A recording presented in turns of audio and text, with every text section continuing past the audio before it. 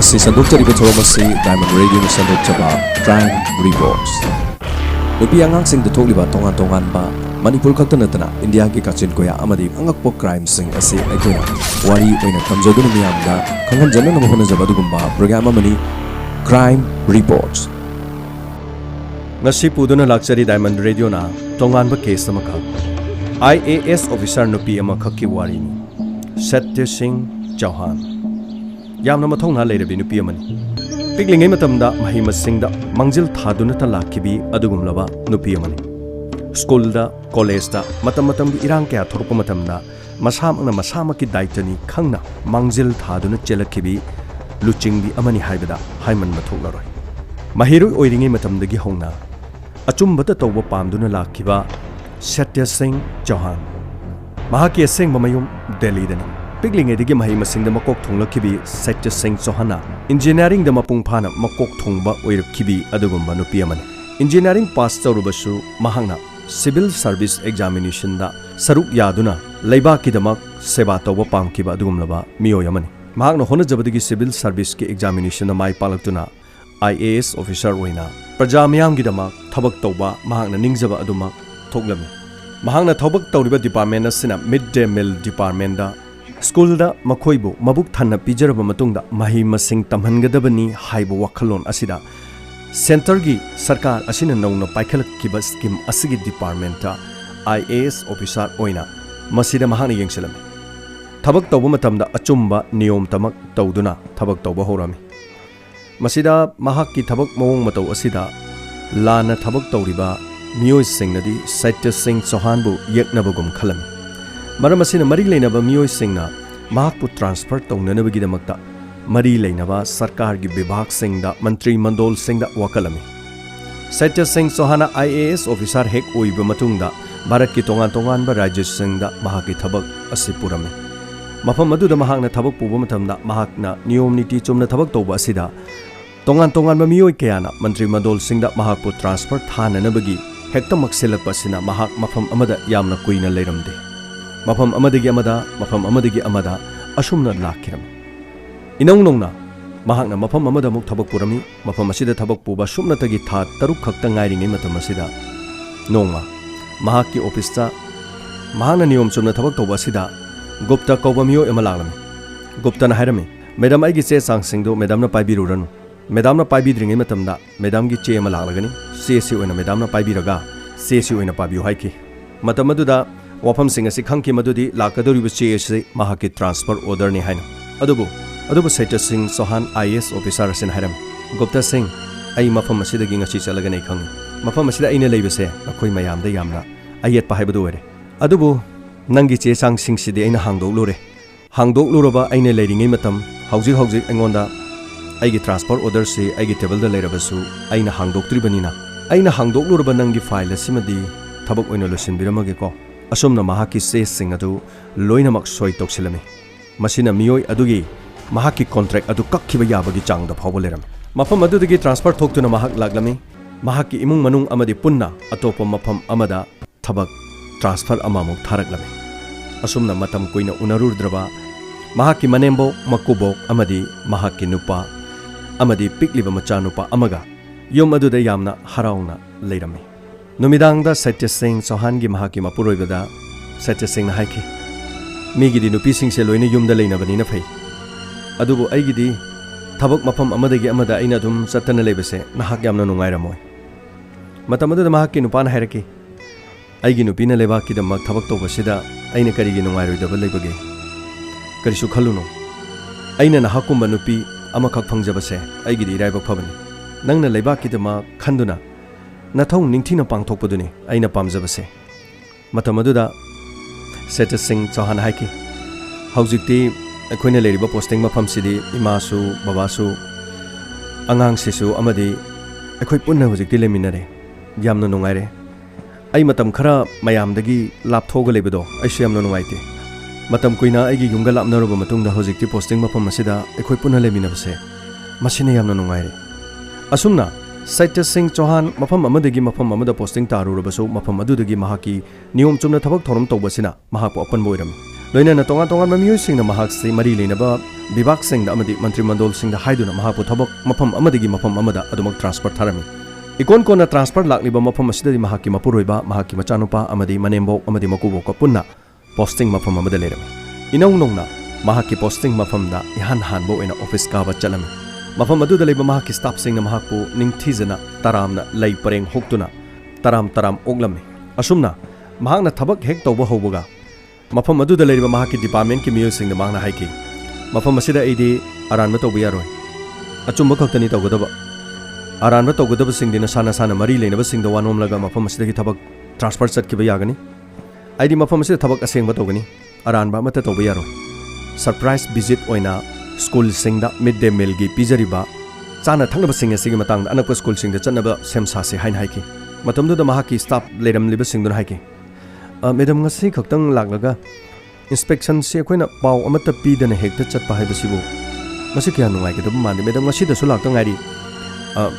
ꯅꯣꯡꯃ ꯅꯤꯅꯤ ꯂꯩꯔꯒ ꯆꯠꯄꯗ ꯀꯔꯤ ꯀꯥꯏꯒꯦ ꯃꯍꯥꯛꯀꯤ ꯁ꯭ꯇꯥꯐ ꯑꯗꯨꯗ ꯃꯍꯥꯛꯅ ꯍꯥꯏꯈꯤꯔꯝꯃꯤ ꯏꯟꯁꯄꯦꯛꯁꯟ ꯆꯠꯄ ꯍꯥꯏꯕꯁꯦ ꯃꯤꯉꯣꯟꯗ ꯈꯪꯍꯜꯂꯒ ꯆꯠꯀꯗꯕ ꯅꯠꯇꯦ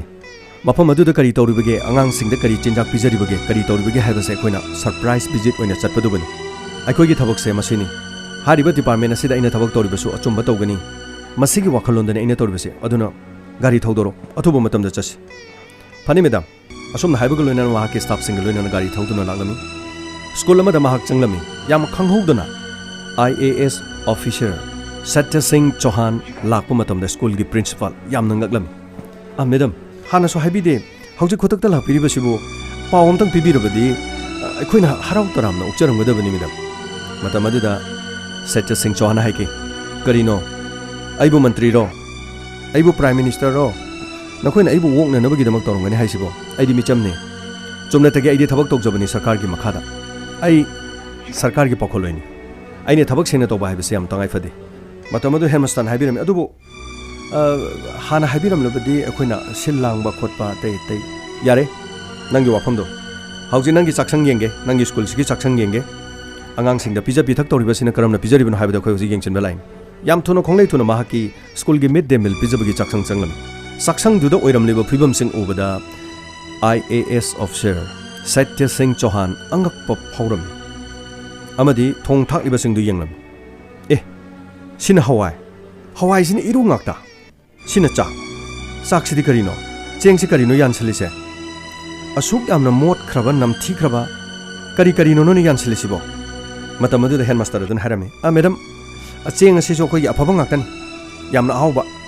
insang si so hawai na yam tawjare yamna hawbani akhoi angang sing masa mau phana school asida tamni angang sing di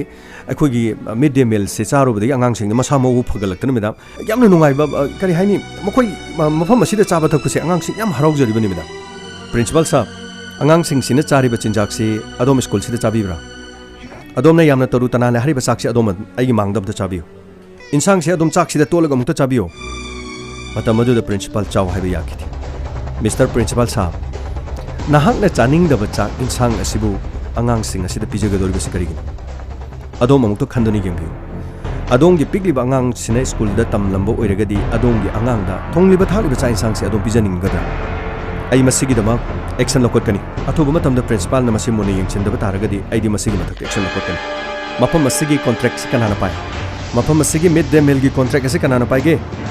sarkar na pibadi afaba polam ngakta pibani contractor sing asina matam chana pija pithak tawdaba amadi phattaba poyan sing yan silaga khara pija da khara pija asumna tawraga yan silaba poyan sing se pija raga angang sing sigi masa mau mato koramna farkadori bano athuba matamda masigi contractor se kanano haibado engonda mingpi Satya Singh Chouhan gi matung ilakpa mahaki staff dubezi ko bamiyo amayoram loina mahaki staff dubezi da haram athuba matamda masigi contractor se mahaki contract ase loina cancel to asumna mahang afaba potlam sing sing thoklaga angang sing da phattaba pijaraga afaba sing amana nakanda go down da pesinuna thamlaga atopa mafam da potlam sing asi yon thokpa masigi damak magi mathak da action lokhol oidu maram karile asumna hairaga mafam adudagi mahak satya paw asi tamluna no bagi damak mahaki staff makhallal hariba mi asida dubezina paw asi tamlam makhalal ji anoba I.A.S officer no pi mala adongi contract puna maksel loina cancel tawni hai hore handakti thabak si yaroi dori maramaduna adon khar section biba chungani makhalal bachchan hariba misina mamang dal amba kaya marumsu ꯑꯗꯨꯃꯥꯏꯅ ꯇꯧꯗꯅ ꯂꯣꯏꯅ ꯍꯟꯈ꯭ꯔꯕꯅꯤꯗ ꯍꯟꯗꯛꯀꯤꯁꯤꯅ ꯅꯨꯄꯤꯅꯦ ꯍꯥꯏꯕ ꯅꯠꯇ꯭ꯔꯣ ꯃꯌꯨꯝꯗ ꯆꯠꯂꯒ ꯑꯍꯥꯎ ꯑꯊꯨꯝ ꯈꯔ ꯊꯤꯜꯂꯒ ꯂꯣꯏꯔꯦꯅꯦ ꯃꯕꯨꯡꯅꯤꯡ ꯑꯣꯟꯅꯅꯕ ꯃꯕꯨꯡꯅꯤꯡ ꯑꯣꯜꯂꯨ ꯌꯥꯗ꯭ꯔꯒꯅ ꯑꯩꯈꯣꯏꯒꯤ ꯍꯧꯅꯕꯤ ꯇꯧꯔ ꯂꯣꯏꯔꯦ ꯀꯩꯅꯣ ꯗꯨꯕꯦꯖꯤ ꯄꯩꯁꯥꯁꯦ ꯄꯥꯏꯁꯜꯂꯨꯁꯦ ꯄꯥꯎꯁꯦ ꯇꯝꯂꯛꯄꯒꯤ ꯅꯪꯒꯤ ꯃꯅꯥꯅꯤ ꯍꯌꯦꯡꯃꯛ ꯆꯠꯇꯨꯅ ꯃꯍꯥꯛꯀꯤ ꯃꯌꯨꯝꯗ ꯆꯠꯂꯒ ꯀꯔꯤꯅꯣꯈꯔ ꯑꯊꯦꯝꯄꯣꯠ ꯄꯤꯕ ꯇꯥꯔꯦꯗꯅ ꯗꯨꯕꯦꯖꯤꯅ ꯍꯥꯏꯈꯤ ꯃꯈꯜꯂꯥꯜꯖꯤ ꯌꯥꯒꯗꯕ ꯃꯥꯟꯗꯦ ꯍꯟꯗꯛꯀꯤ ꯂꯥꯛꯂꯤꯕ I.A.S ꯑꯣꯐꯤꯁꯥꯔ ꯅꯨꯄꯤ ꯑꯁꯤꯗꯤ ꯄꯨꯔꯥ ꯌꯥꯝꯅ ꯁꯥꯊꯤꯕ ꯅꯨꯄꯤꯅꯤ ꯈꯤꯇꯪ ꯆꯦꯛꯁꯤꯟꯕꯤꯌꯨꯀꯣ ꯋꯥꯐꯝ ꯑꯁꯤ ꯍꯥꯏꯔꯝꯂꯒ ꯃꯐꯝ ꯑꯗꯨꯗꯒꯤ ꯗꯨꯕꯦꯖꯤ ꯂꯥꯛꯈꯤꯔꯝꯃꯤ ꯃꯈꯜꯂꯥꯅ ꯋꯥꯐꯝ ꯑꯗꯨ ꯇꯥꯅ ꯃꯍꯥꯛꯀꯤ ꯀꯔꯕꯥꯔꯗ ꯄꯣꯠꯌꯥꯟ ꯇꯧꯔꯤꯕ ꯃꯤꯁꯤꯡꯗ ꯂꯕꯂꯤ ꯀꯧꯕ ꯃꯤ ꯑꯃ ꯌꯥꯎꯔꯝꯃꯤ ꯍꯣꯏ ꯂꯕꯂꯤ ꯁꯪꯒꯣꯝꯁꯤꯡꯗꯨ ꯌꯨꯔꯤꯌꯥ ꯈꯔ ꯐꯖꯅ ꯍꯥꯞꯄꯨꯅꯦ ꯁꯪꯒꯣꯝꯗ ꯌꯨꯔꯤꯌꯥ ꯍꯥꯞꯂꯕꯗꯤ ꯁꯪꯒꯣꯝꯗꯨ ꯉꯧꯔꯣꯛ ꯉꯧꯕꯅꯤ ꯁꯪꯒꯣꯝꯗ ꯌꯨꯔꯤꯌꯥ ꯍꯥꯞꯇ꯭ꯔꯕꯗꯤ ꯁꯪꯒꯣꯝꯒꯤ ꯃꯆꯨꯗꯤ ꯉꯥꯡꯂꯞ ꯇꯥꯒꯅꯤ ꯉꯥꯡꯂꯞ ꯇꯥꯕ ꯁꯪꯒꯣꯝ ꯊꯛꯂꯕꯗꯤ ꯃꯤ ꯅꯥꯔꯣꯏꯗ꯭ꯔꯣ ꯑꯉꯧꯕ ꯍꯥꯏꯕꯁꯤꯗꯤ ꯑꯔꯨꯕꯅꯤ ꯑꯍꯦꯟꯕꯅꯤ ꯍꯥꯏꯅꯔꯤꯅꯤꯗꯅ ꯁꯪꯒꯣꯝꯗꯨ ꯉꯧꯅꯅꯕ ꯌꯨꯔꯤꯌꯥ ꯈꯔ ꯍꯥꯞꯄꯨꯅꯦ ꯍꯣ ꯌꯥꯝ ꯍꯥꯞꯄꯨꯅꯨ ꯌꯥꯝꯅ ꯑꯃꯨꯛ ꯍꯥꯞꯂꯕꯗꯤ ꯈꯪꯉꯦꯗꯅ ꯁꯪꯒꯣꯝꯗꯨ ꯍꯨ ꯑꯣꯟꯈꯤꯒꯗꯧꯔꯤꯕꯅꯤ ꯑꯁꯨꯝꯅ ꯍꯥꯏꯈꯤꯔꯝꯃꯤ ꯂꯣꯏꯅꯅ ꯃꯊꯪꯒꯤ ꯅꯨꯃꯤꯠꯇ ꯑꯌꯨꯛ ꯑꯉꯟꯕꯗ I.A.S ꯑꯣꯐꯤꯁꯥꯔ ꯁꯠꯇ꯭ꯌ ꯁꯤꯡ ꯆꯧꯍꯥꯟꯒꯤ ꯀ꯭ꯋꯥꯇꯔꯗ ꯃꯈꯜꯁꯤꯡ ꯒꯥꯔꯤ ꯑꯆꯧꯕ ꯑꯃ ꯇꯣꯡꯗꯨꯅ ꯃꯍꯥꯛꯀꯤ ꯃꯅꯥꯏ ꯃꯁꯦꯟꯒ ꯂꯣꯏꯅꯅ ꯂꯥꯛꯂꯝꯃꯤ ꯌꯨꯝ ꯑꯗꯨꯗ ꯍꯦꯛ ꯆꯪꯉꯛꯄꯒ ꯃꯈꯜꯁꯤꯡ ꯍꯥꯏꯔꯝꯃꯤ ꯈꯨꯔꯨꯝꯖꯔꯤ ꯃꯦꯗꯥꯝ ꯁꯠꯇ꯭ꯌ ꯁꯤꯡ ꯆꯧꯍꯥꯟ ꯑꯩꯒꯤ ꯂꯝꯗꯝ ꯑꯁꯤꯗ ꯂꯥꯛꯈꯤꯕ ꯑꯣꯐꯤꯁꯥꯔ ꯄꯨꯝꯅꯃꯛ ꯃꯤꯌꯥꯝꯅ ꯑꯊꯦꯝꯄꯣꯠ ꯀꯠꯇ꯭ꯔꯤꯉꯩꯗ ꯑꯩꯅ ꯏꯍꯥꯟ ꯍꯥꯟꯅ ꯍꯦꯛ ꯀꯠꯆꯩ ngasisu laksariye domgi yumda athempot katpa harau taramna loksinbiu sangom ngaktani sangom singasi thakpiu aigi lamdam sida laklabanina aina harau taramna okpa haibasisu yamna tangai phadabani ngarang mak office ta join tobirami hai ai ngarang mak lakchagadabani adubu achenba ma leibadagi lakchahudre aigi mingsi lekai lamdam sida makhallal bachchan hairaga khangne Amitabh Bachchan khoigi mari matabudi nate adubu akhoi pu event singna hairambada Amitabh Bachchan hoigi makhoigi mapu maben adugi mathangi mapu maben adugi mathangi mapu maben singdo akhoi ipu event singa khungang asida leiminarami hai maram adudagi akhoi mingsisu Makhalal Bachchan naina samaina satkibajani adu madam tonganba box amada akhanna khodol amatang yauri masi amuktang miyeng tabigedra asumna hairaga mahangna paisa ngaktagi oiba bandal lama Satya Singh Chouhan da piram Satya Singh Chouhan na mahaki mawong matau aduda mangonda kariguma khara tawgadore haiba mahangna pamjadaba thawong khara tawgadore haiba si mahangna khangba ngamki loinana box adu hangtokpada paisa ngaktoram paisa sing adu lawraga Makhalal ai sel na leiba yaba mi nate aigi thabak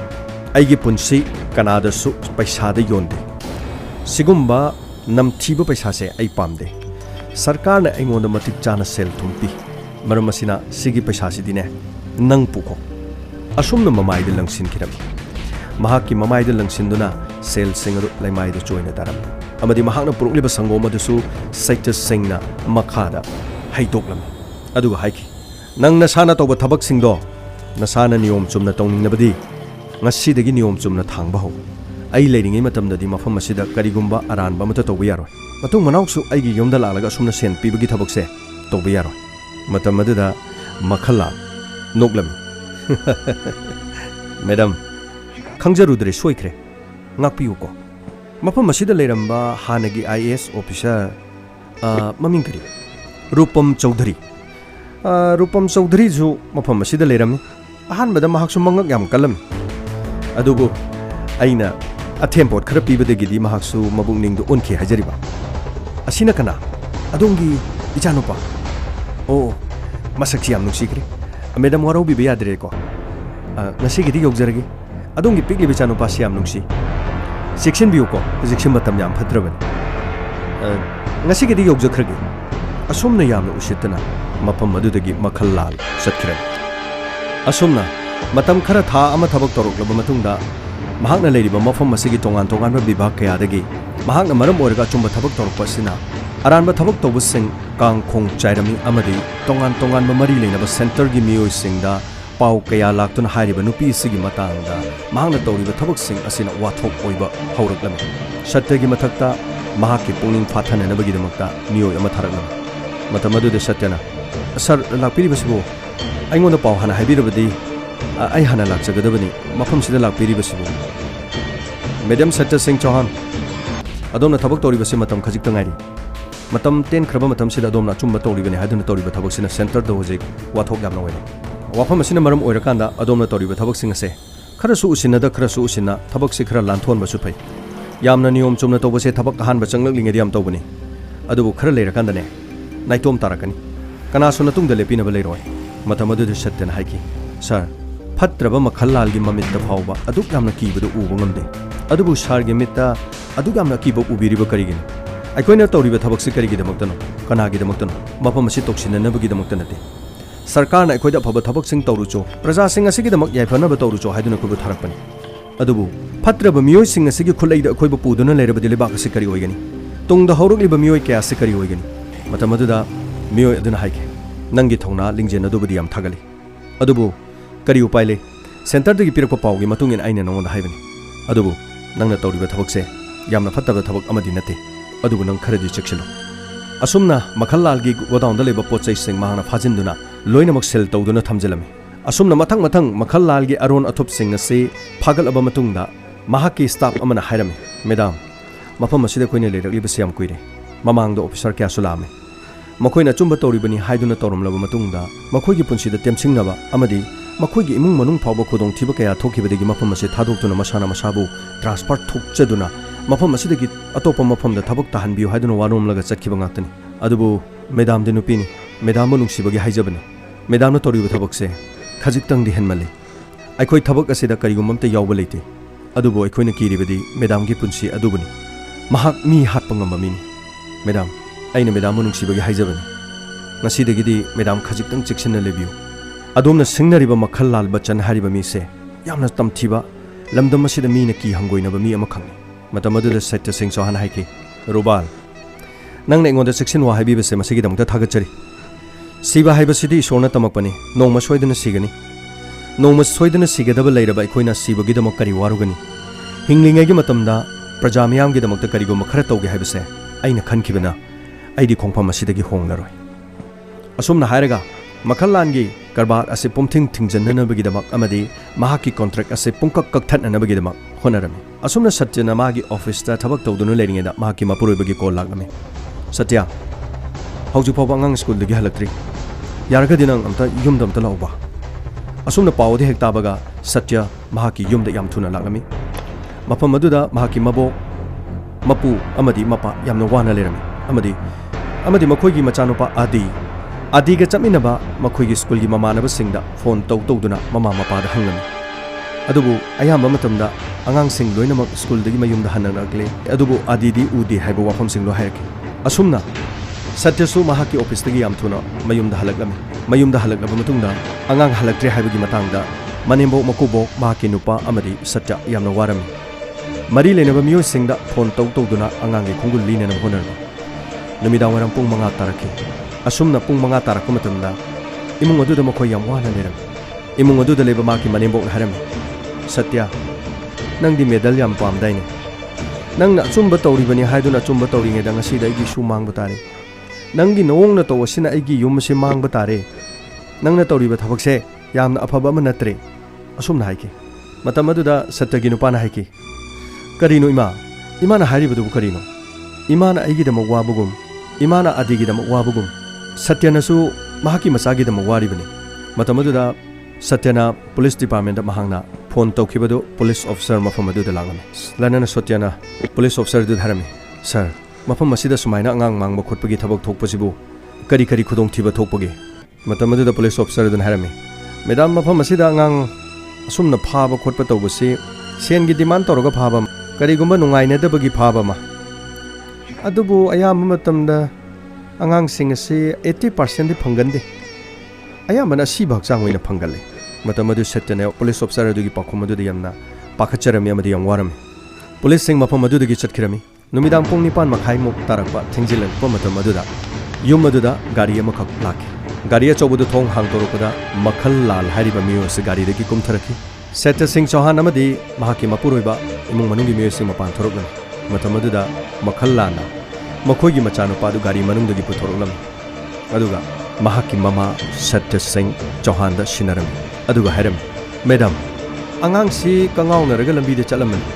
aduda aisu madam gi machanupani khangbaduda angang se aina kok phajilaba madam hoidi chinbanina thabak se aigi godown da pha lere aigi godown da leiba pochai phana na ba aigi pochai phana na ba aigi leiriba mafam amadagi amada leiriba godown sing se adum sek tawduna leibani madam hoidi chin khredo madam hoidi chin lei khrabani ni cha nupa kadai da lei school dagi halaklibra halaktribra apok paisa phabu sena bungamdri adu da ina khale angang si puruga koi badum chatlage na angang si puruga ina koi ba chalubani na matung di sigumba si thoktana na ba khara go down thingjan ba phajin punsin bagi thabak si khara tu piu hajari akari hani beda mamang da mafam asid I.A.S officer ma leram lovely sing kari ba mai maming do o siri basta sar siri basta haidina ma leram mangon da so masiga chamana ba thodong khok thoki mafam asida lakpa matamda mangak yam haigale aikoina ngangba lawde sel piraba su lawde aikoina khal machin tungkhalakpada ngairiba thangni ahan ba leirakpagi mathau thaujaribani hayeng hangchit leirabadi mathau takradongne na khanjai hairakpada sumna masi lawdabadagi machanupa du ponangdadi siragadi phanghe asumna haiba ilaktabadagi machanupa du kona siraga phangki asumna madam ki su thoktanabagi damakta angangse khara chiksinbiyo ngasigidi yojare khurumjari madam haijaribu wafam singsi pungning tana tilang yo thabiraga khanbigani ko asumna yamusitana mafam adudagi chakhiram Satya gi nupana hairami Satya makhalal hariba mi se yamna phaba mi ama oiroidori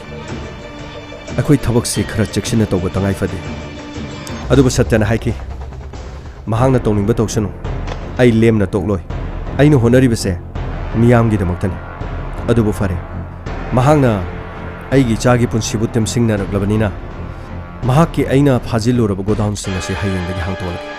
asumna makhallal gi aning ba pangthoknabu honabada karisu ayat papiramde masi khaktanatana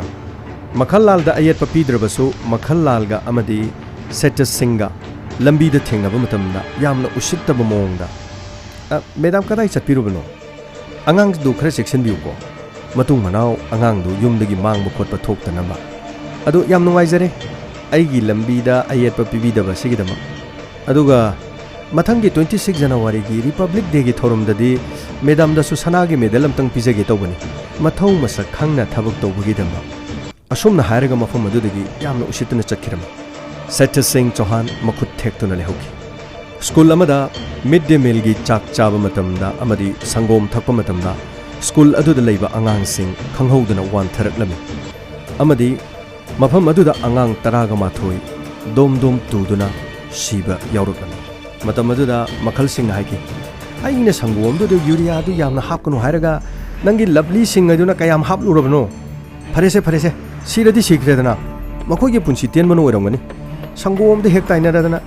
o kese ai phanana batorge aduna koi makhatana koi pochai sing dongang pijaro nuko kese sidai phana badum silage pawase hekta baga Satya Singh Chouhan school aduda yamna thuna maklagami school gi lemai aduda school gi chhatra singhi asiba haksang sing ta duna leramki mafam amada mama amana achaba konduna kapchara matam aduda Satya na changaga haiki pungning do khajitang phathabiyo kitang tapthabiyo tholiba thodok siam nungaiti angang adugi mama duna phuk hogalaga Satya gi mamai da kopakna tharami ekhoi di laira binimida angang singbo mabuk thanna pijaba ngamdaba maramna school da chalaga chak chakhom amamam chaba phangi haibaduda angang singbo khoina mafam aduda chak khara chaba phangnanabagi damak mafam asida tharakhibani adubu nokhoina afaba polam sing asina losalaga fattaba pojan toroba hu yoroba chinjak sing asibana angang da pijaba natra nangsu nangi na cha leiribani nangi na cha pikliba aduda aikhoi gi hu yoroba chinjak si chaba oiramlabadi nang kari oigani mama aduna ngangba amadi khut tharakhiba aduda Satya Singh Chouhan kariguma mat hairamdi mayumda halaki ahing tumba yakhide ahing da hogutuna mapanda phamduna leki matam aduda mahaki mapuroiba tholaki Satya kari dore nang kari gi nungaitrino thodok to thokre adubu aikhoina torubadi natedana matam aduda Satya na haiki aigi cha phawa ina ngak sen mangamdrabada aina migi macha singbu su sihalle ai thabak tagi potharagi habese chap chana lepe akhoi Delhi da chalasi yumda punna akhoi leirurasi aina khanki engineering pass tawduna leiraba aina civil service ta mukchangduna aina praja miyamgi damak thabak tawningki ꯑꯗꯨꯕꯨ ꯑꯩꯒꯤ ꯊꯧꯅꯥꯁꯦ ꯑꯩ ꯈꯛꯇꯒꯤ ꯉꯥꯏꯔꯦ ꯑꯩꯅ ꯇꯧꯔꯤꯕ ꯊꯕꯛꯁꯤꯗ ꯑꯩ ꯈꯛꯇꯅ ꯑꯆꯨꯝꯕ ꯆꯠꯂꯒ ꯀꯔꯝꯕ ꯃꯥꯏꯀꯩꯗ ꯄꯨꯔꯛꯀꯅꯤ ꯃꯇꯝ ꯑꯗꯨꯗ ꯃꯍꯥꯛꯀꯤ ꯅꯨꯄꯥꯅ ꯍꯥꯏꯈꯤ ꯁꯇ꯭ꯌ ꯅꯪꯅ ꯑꯗꯨ ꯌꯥꯝꯅ ꯅꯕꯨꯡꯅꯤꯡ ꯁꯣꯟꯊꯔꯤꯗꯨ ꯀꯔꯤꯒꯤꯅꯣ ꯑꯩꯅ ꯅꯪꯕꯨ ꯅꯨꯡꯁꯤꯈꯤꯕꯁꯦ ꯃꯇꯧ ꯀꯔꯝꯅꯅꯣ ꯅꯪ ꯈꯪꯕ꯭ꯔꯥ ꯀꯣꯂꯦꯖꯀꯤ ꯂꯥꯏꯐꯇ ꯅꯪ ꯑꯩ ꯊꯦꯡꯅꯈꯤ ꯀꯣꯂꯦꯖꯀꯤ ꯁ꯭ꯇ꯭ꯔꯥꯏꯛ ꯇꯧꯕ ꯃꯇꯝꯗ ꯅꯪꯅ ꯅꯊꯧꯅꯥ ꯐꯅ ꯃꯌꯥꯝꯒꯤ ꯃꯃꯥꯡ ꯊꯥꯗꯨꯅ ꯅꯪꯅ ꯆꯦꯟꯈꯤꯕ ꯁꯦꯟꯖꯥ ꯊꯨꯝꯖꯥ ꯇꯧꯔꯕ ꯄ꯭ꯔꯤꯟꯁꯤꯄꯥꯜ ꯑꯗꯨꯕꯨ ꯁꯦꯟꯖꯥ ꯊꯨꯝꯖꯥꯒꯤ ꯃꯔꯥꯜ ꯂꯩꯇꯦ ꯍꯥꯏꯅ ꯃꯍꯥꯛꯅ ꯍꯥꯏꯕꯗ ꯁꯥꯇ꯭ꯔ ꯃꯌꯥꯝꯅ ꯍꯧꯈꯤꯕ ꯏꯍꯧꯗꯨꯗ ꯅꯍꯥꯛꯅ ꯄ꯭ꯔꯤꯟꯁꯤꯄꯥꯜ ꯑꯗꯨꯒꯤ ꯀꯥꯗ ꯆꯪꯗꯨꯅ ꯁ꯭ꯇ꯭ꯔꯥꯏꯛ ꯇꯧꯔꯕ ꯃꯇꯨꯡꯗ ꯄ꯭ꯔꯤꯟꯁꯤꯄꯥꯜ ꯑꯗꯨꯕꯨ ꯃꯌꯥꯝ ꯃꯥꯡꯗ ꯂꯥꯜꯂꯦ ꯍꯥꯏꯖꯍꯟꯈꯤꯕꯤ ꯑꯗꯨꯒꯤꯗꯃꯛ ꯑꯩꯅ ꯅꯪꯕꯨ ꯊꯥꯒꯠꯈꯤꯕꯅꯤ ꯑꯩꯅ ꯅꯪꯕు ꯅꯨꯡꯁꯤꯈꯤꯕꯅꯤ ꯑꯩꯒꯤ ꯅꯨꯄꯤꯗꯤ ꯅꯣꯡꯁꯥ ꯑꯃꯣꯝꯅꯤ ꯂꯩꯕꯥꯛꯀꯤꯗꯃꯛꯇ ꯀꯠꯊꯣꯛꯂꯕꯤꯅꯤ ꯅꯪꯒꯤ ꯅꯊꯧꯅꯥ ꯅꯪꯒꯤ ꯂꯤꯡꯖꯦꯜ ꯑꯩꯅ ꯊꯥꯒꯠꯂꯦ ꯅꯪꯅ ꯃꯥꯡꯗ ꯑꯁꯨꯝ ꯆꯪꯁꯤꯜꯂꯨ ꯊꯦꯡꯅꯧ ꯅꯪꯒꯤ ꯂꯥꯟꯐꯝ ꯑꯁꯤꯗ ꯅꯪꯅ ꯃꯥꯏꯊꯤꯔꯕꯁꯨ ꯇꯨꯡ ꯂꯩꯗꯨꯅ ꯌꯦꯡꯂꯧ ꯅꯪꯒꯤ ꯅꯇꯨꯡꯗ ꯑꯩ ꯂꯦꯞꯂꯤ ꯅꯪꯅ ꯇꯧꯕ ꯊꯕꯛ ꯊꯧꯔꯝꯁꯤꯡꯁꯤꯗ ꯑꯩꯅ ꯀꯩꯗꯧꯉꯩꯗ ꯌꯦꯠꯂꯣꯏ ꯃꯈꯜ ꯂꯥꯜꯁꯦ ꯅꯪꯅ ꯊꯦꯡꯅꯕ ꯃꯇꯝꯗ ꯅꯪꯅ ꯑꯉꯝꯕ ꯊꯥꯛꯇ ꯊꯦꯡꯅꯧ ꯑꯩ ꯅꯪꯒꯤ ꯅꯇꯨꯡꯗ ꯂꯦꯞꯂꯤ ꯑꯁꯨꯝꯅ ꯃꯍꯥꯛꯅ ꯃꯍꯥꯛꯀꯤ ꯅꯨꯄꯤꯗ ꯊꯧꯅꯥ ꯄꯤꯔꯝꯃꯤ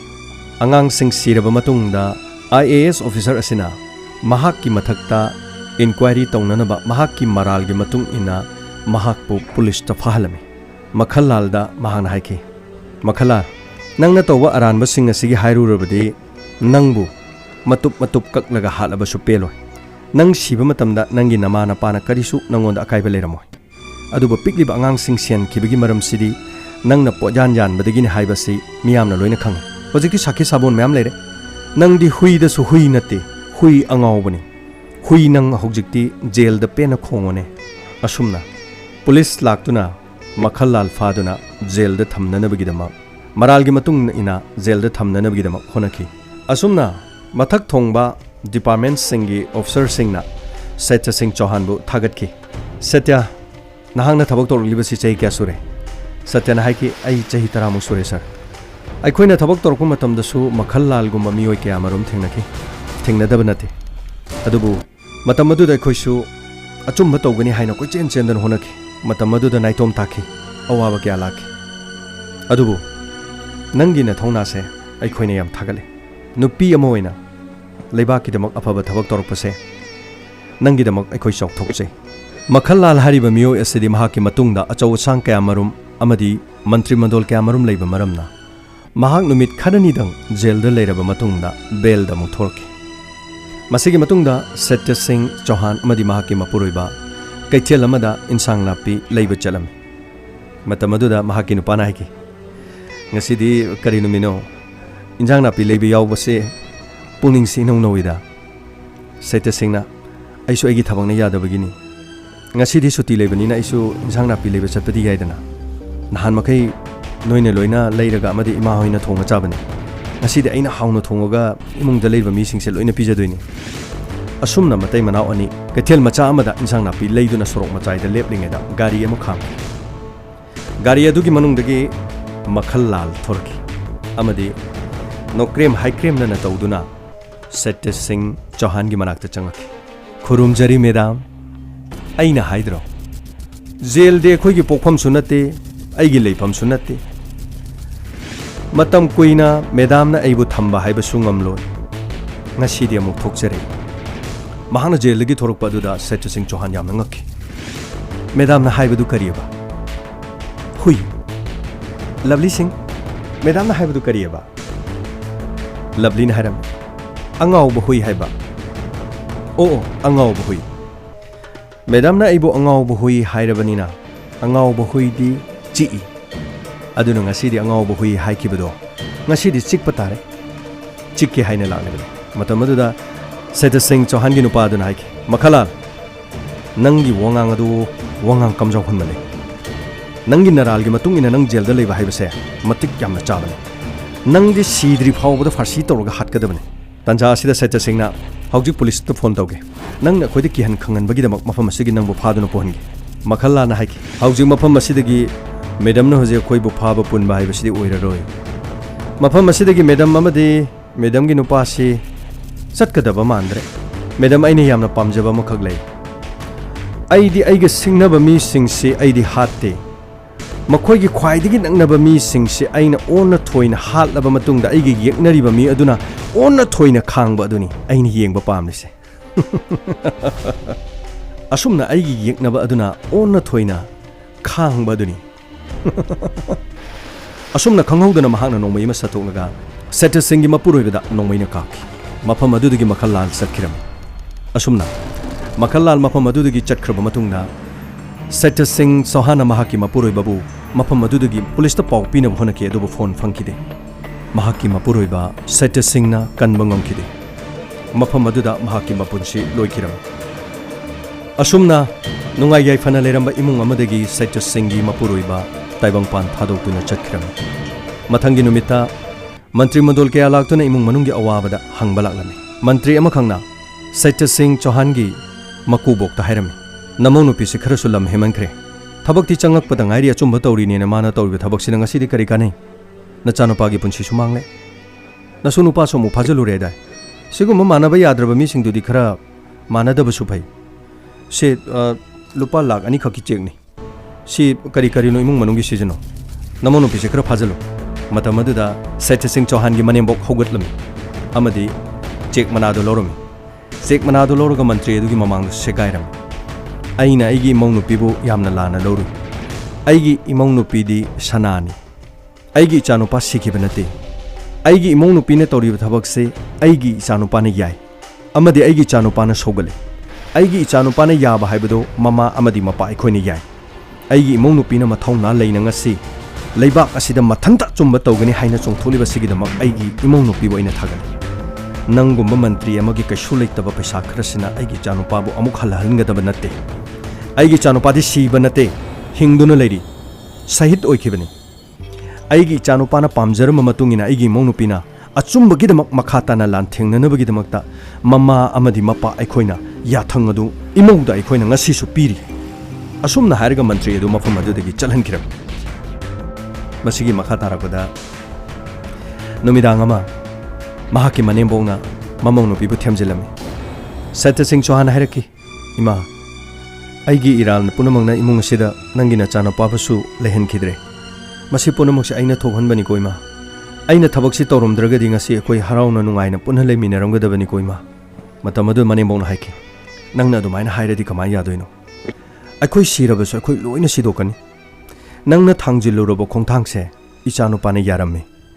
ꯃꯥꯏ ꯂꯩꯗꯨꯅ ꯆꯠꯈ꯭ꯔꯕꯗꯤ ꯅꯪꯒꯤ ꯅꯄꯨꯔꯣꯏꯕꯒꯤ ꯊꯋꯥꯏꯅ ꯅꯪꯕꯨ ꯉꯥꯛꯄꯤꯕ ꯉꯝꯂꯣꯏ ꯅꯪꯒꯤ ꯅꯄꯨꯔꯣꯏꯕꯅ ꯑꯆꯨꯝꯕꯒꯤꯗꯃꯛ ꯂꯦꯞꯂꯝꯕꯗꯣ ꯃꯗꯨꯃꯛ ꯅꯪꯅ ꯂꯦꯞꯀꯗꯕꯅꯤ